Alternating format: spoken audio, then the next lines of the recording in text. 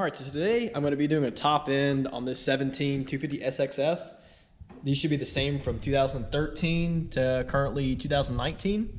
Now, this platform has been used for several years now. There's not a lot of information out there, so I hope to clear up a couple questions people have had regarding these. They're fairly straightforward, the biggest difference being that the timing set is on the right side. I am going to be doing a timing chain as well. This has about 80 hours. Like I said, a good motor. Really good platform, but it's about time for this one, and I hope to clear up some torque specs and questions you guys might have. So firstly, I would drain the fluids. You can get away with just leaving the oil in it, but it's time for an oil change anyways. So coolant and oil are going out, and then take all the tank, the shrouds. I just take the seat, tank, and shrouds off all in one. Hope to get away with this one without having to drop the subframe, but I'll let you know later in the video. With regards to draining the coolant on these, I like to take this bottom bolt out. It has a crush washer on it of the water pump housing, and then get a container ready, because as soon as you crack the cap at the top of the radiator, it will start flowing out quickly.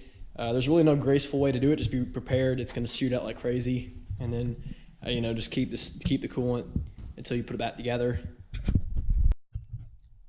On these exhaust springs, what I like to do, if you don't have the tool, is wrap some wire around the hook. This is some welding wire here, and then grab it with a wrench. And that way you don't mar them up as bad as you could. I don't know if you can see this very well, but basically all I do is just tug on a little bit and release it. And that way, it comes off pretty clean. All right, so things you're gonna have to do is take the tank off. Shrouds will come with it. I go ahead and dislodge the header, because you're gonna need to take that off later. So basically now I would clean, no matter how good you clean it, you always miss a spot. So I'm going to clean the top of this cam cap off so that I don't get any dirt down in the motor. It might be a good idea to wrap, if you got a bunch of dirt here, wrap the frame with paper towel, which is also what I'm going to do. Just, any speck of dust that gets down in there is not really a good thing. So I'm going to do some work here cleaning things up, and then the first thing I'll do is take the cam cap off. Now's a good time to check the tolerance on your valves. Amazingly, all four of these valves are within spec.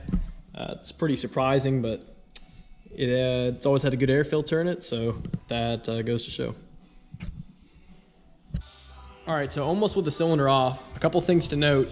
You will have to remove the top subframe bolts and loosen the bottom ones, and swing the subframe down to dislodge the throttle body from this right here. And once you get it enough clearance there and the header off, it should come straight out. The hardest part is going to be the Torx bit holding the head stay on. It's tucked away behind this header, and I used a series of extensions and swivels to get it, but it's very difficult to get a straight shot at it.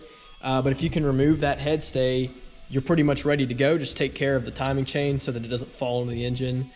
Like I said, I will be putting another timing chain in this. So now it's time to inspect the piston, cylinder head. Luckily, my cylinder and head are in really good shape still. Basically, I'm just going to do the piston and rings, put some fresh gaskets in it, and the timing chain. Now's a good time to also check your crank, see if there's any up and down play. And other than that, just put it back together. Same way it came apart. Little trick with these, I went ahead and took the pin out of the old timing chain and connected my new timing chain, let's see if I can get the focus, with a little piece of wire that's been on the ends. And I'm just going to go ahead and run the new chain through the sprocket in the bottom. That way I don't have to pull any more the whole clutch case cover off. I can just run the new chain through and then disconnect it again. You're going to need one of these cam chain tools right here to be able to press the pin back in. You can pick these up on Rocky Mountain ATV, just about anywhere really. They definitely make the job a lot easier.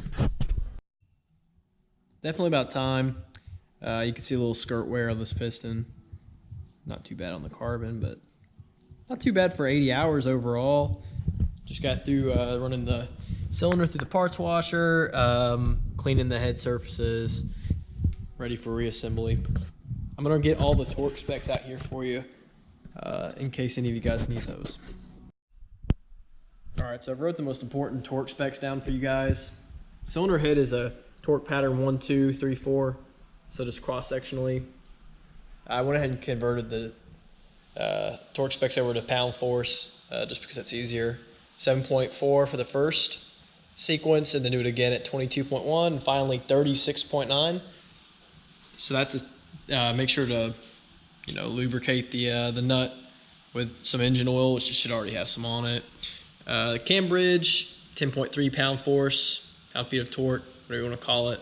Valve cap if you want, 5.9 foot-pounds. So those are the specs that should get the motor together for you. So I'm working on it right now. I've got the new piston and rings here in the cylinder, nice and cleaned up. Circlips are a little bit difficult on this, so make sure to put plenty of rags down in there. I always find it easier to put one circlip in the piston over here on the workbench before I come back, and then all I have to do is install the one. Otherwise, new cam chain is in place. And made sure to nice and round over the edges. I don't even know which link I worked on, but should go back together well now.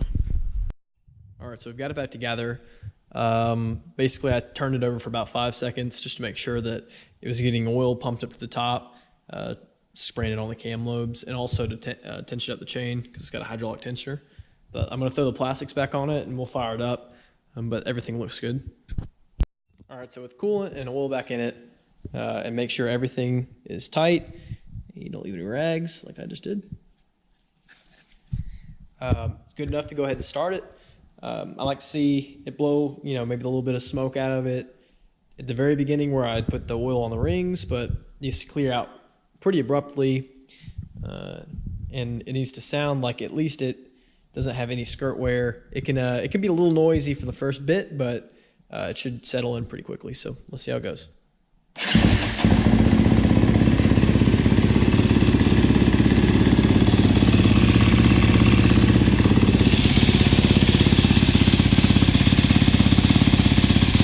can definitely tell there's a little bit of chatter, but I think that's just